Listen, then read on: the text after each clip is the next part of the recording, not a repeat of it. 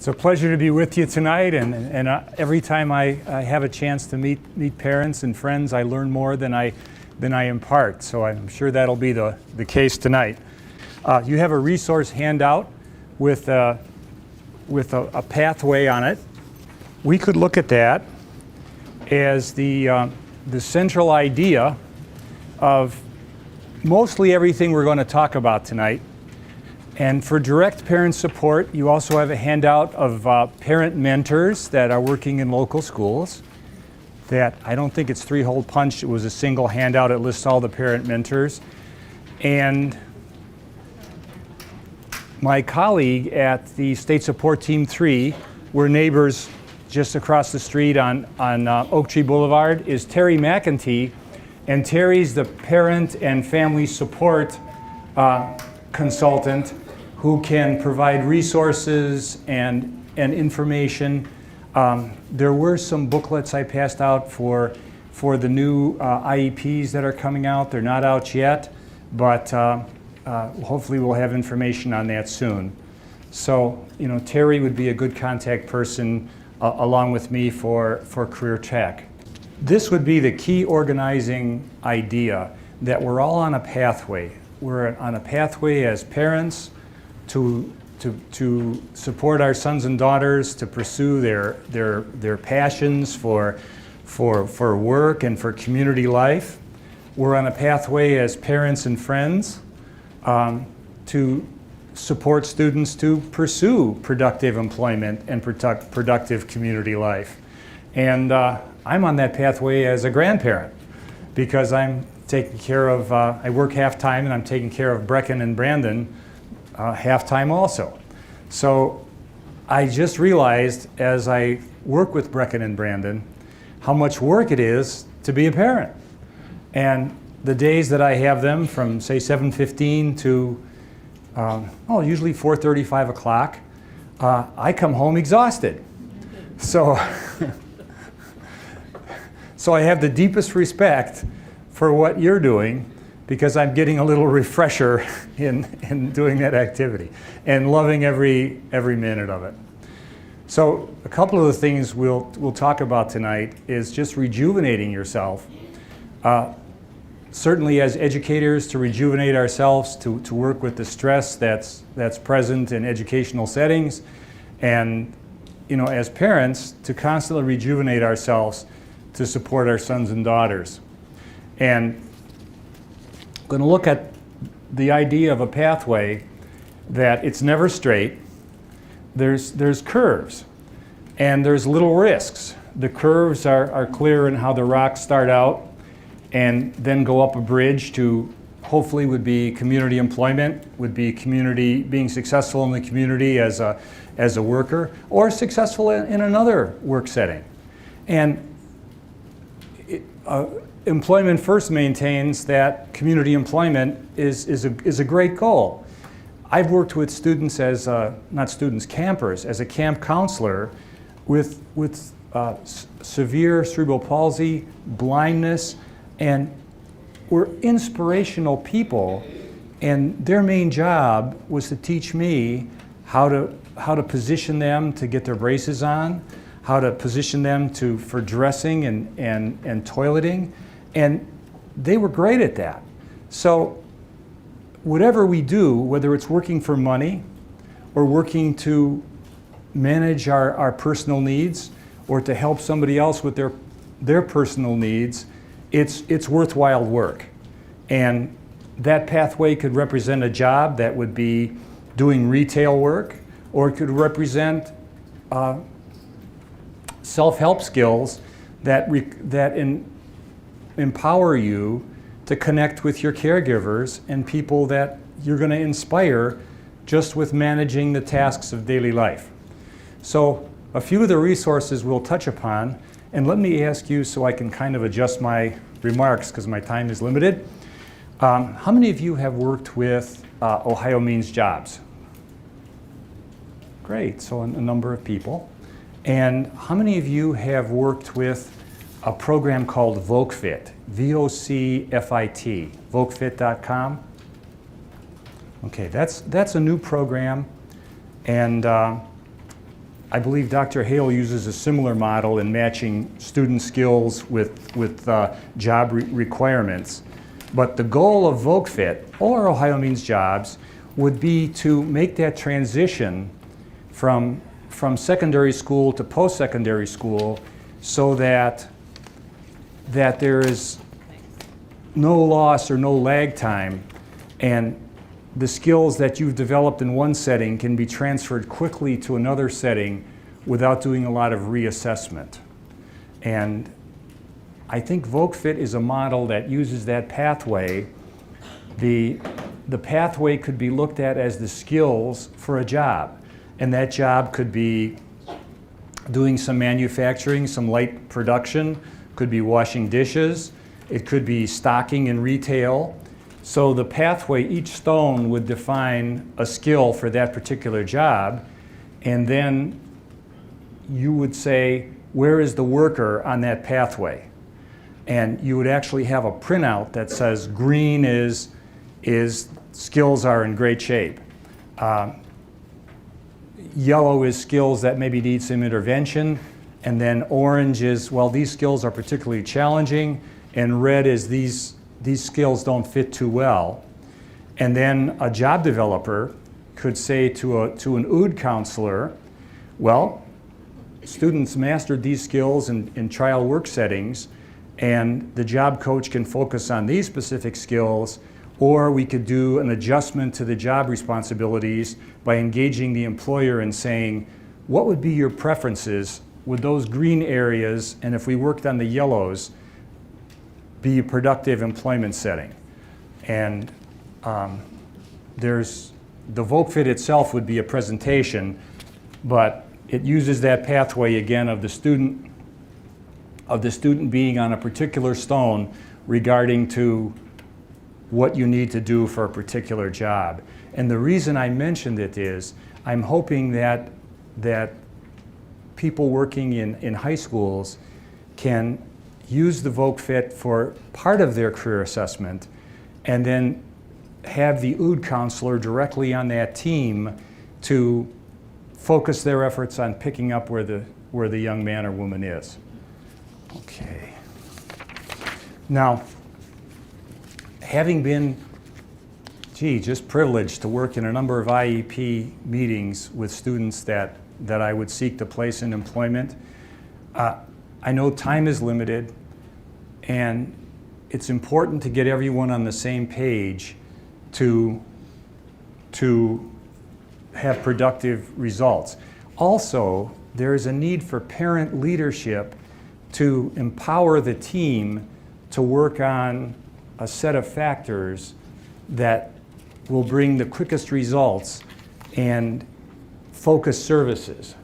So I'm going to suggest that if you're using something like VocaFit, or you're using something from Ohio Means Jobs, or Naviance for people, you're going to get a detailed list of job skills. But with the idea, and using this matrix, which is the second part of your handout,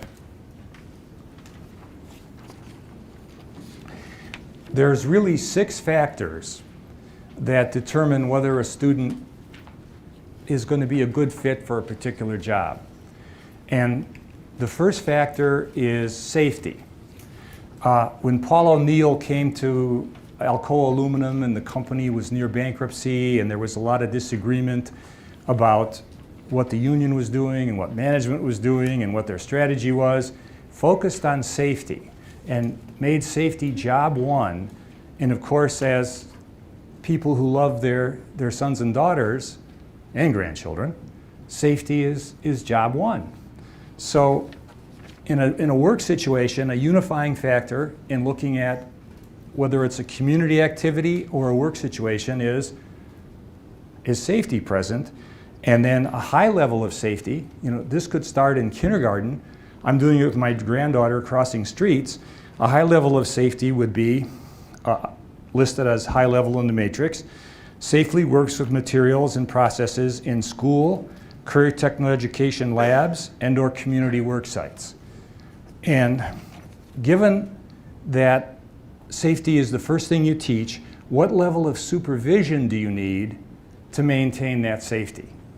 Whether it's in an amusement park, or at Walmart, or in a Giant Eagle parking lot, doing carts.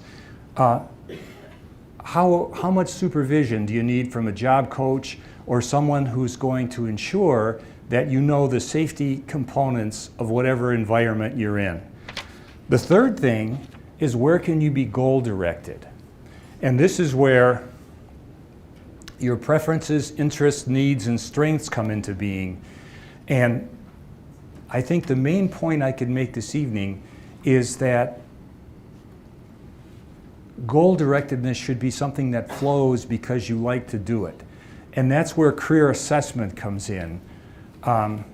In one of the handouts, I have just a few brief pages from a Cuyahoga Valley Career Center assessment, but a key point of assessment and all of the observations that take place over a period of time are, what environment can you be goal directed in?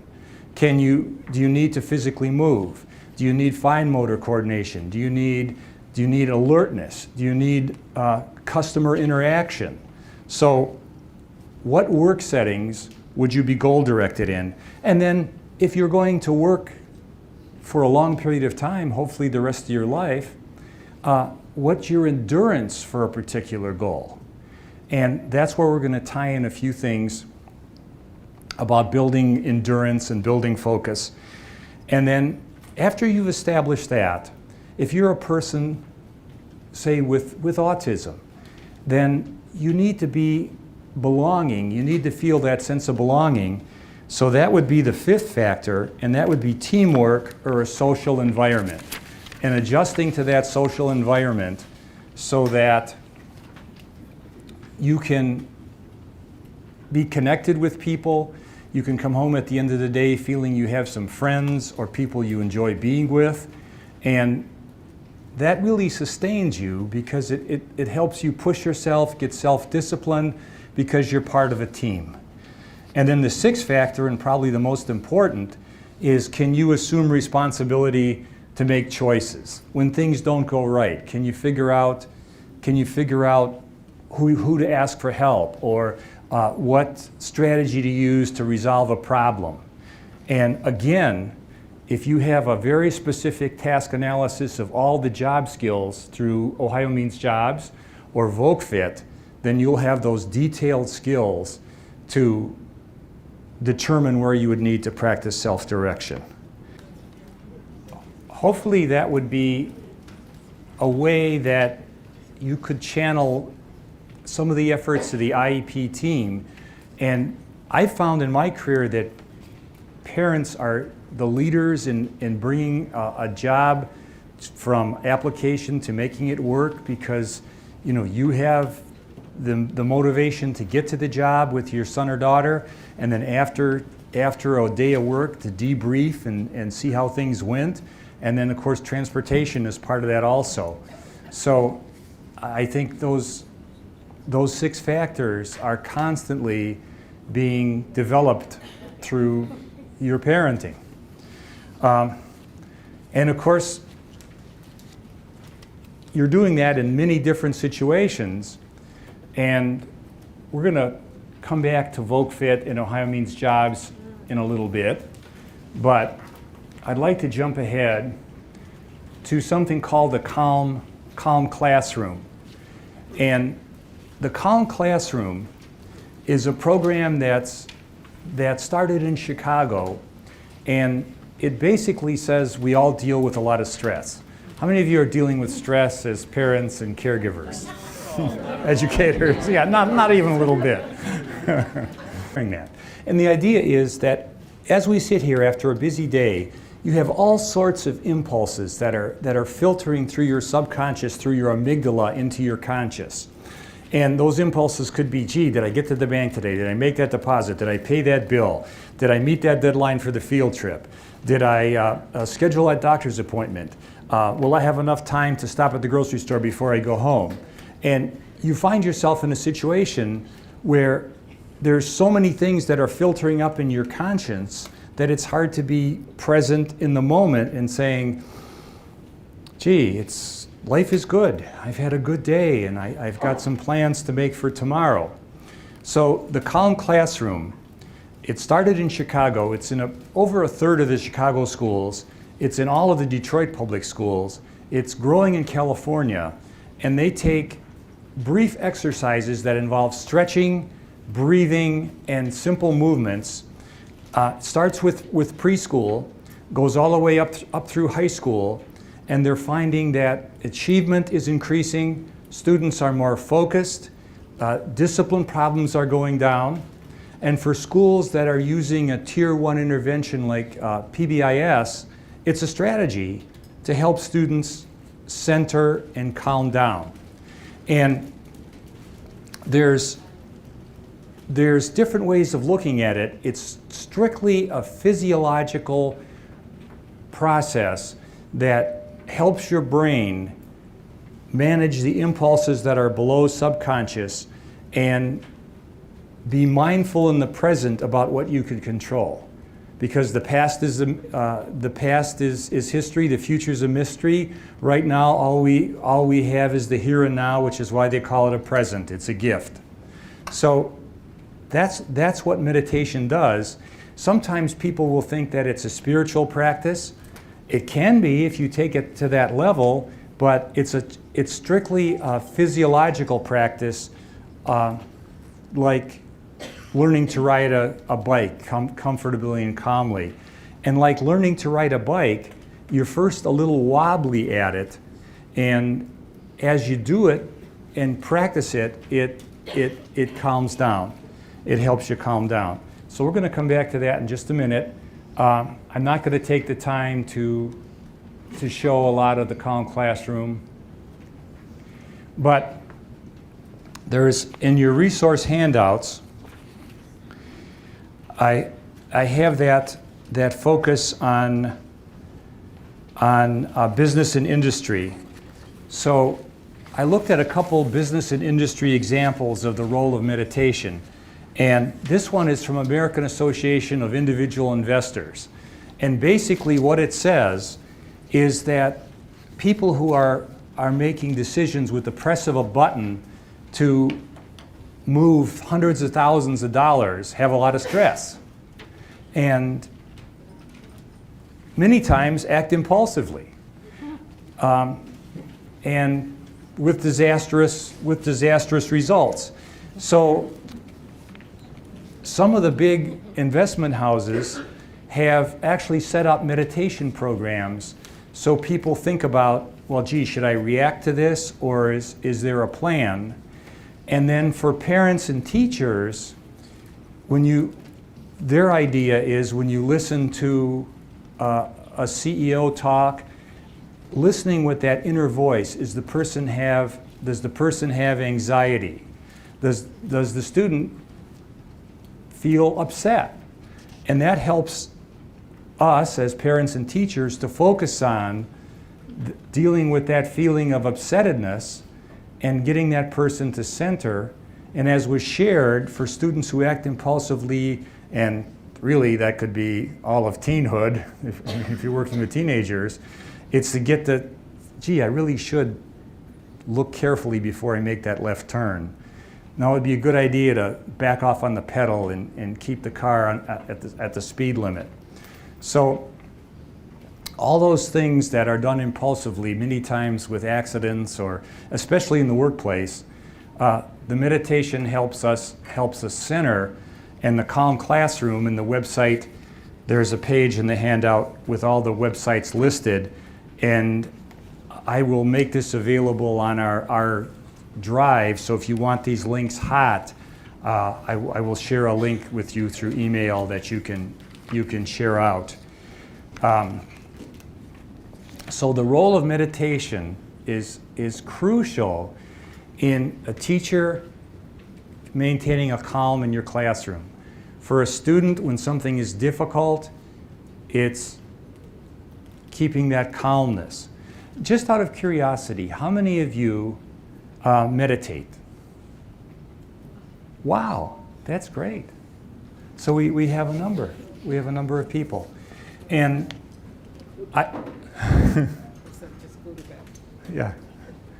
So I find, you know, on the days that I know I'm going to have Brecken and Brandon for 8 hours or sometimes 9, if I meditate in the morning, I'm much calmer, and then I do my little 20 minutes of physical exercises, so I tone up because I know I'm going to be carrying one with one hand and, you know, chasing the other one around. So and the key to it is, and I didn't put this in, but I'd like to mention it. In all of our work with young people, habits are so critical. So if you do one good thing right, chances are, if a few things go wrong, you have that habit of expecting, I can do things, and you can take a setback with the idea that you've done something right. So, as part of my educational career, I'd always try to look for what does a student do well that I could say, well, gee, you know, you really had those tables all very clean today. You do a great job with that. Although the chairs were not put away properly, or there was something to work on. If you can do one good thing right, then chances are that when the number of things aren't right, then you can say, well, at least something was good today. And I did a little research on that, and I find out that that's part of Navy SEAL training. That the first thing Navy SEALs have to do in training is make their bed. So if the day is a lousy day, when you come back at the end of the day, at least you come back to a made bed. But the habit is that you start off the day doing one good thing right, which could be meditating or going over what you're going to have to do for your job, and that leads to another thing and another thing and another thing. So you're on a productive cycle, and you get things. You feel like you have some control.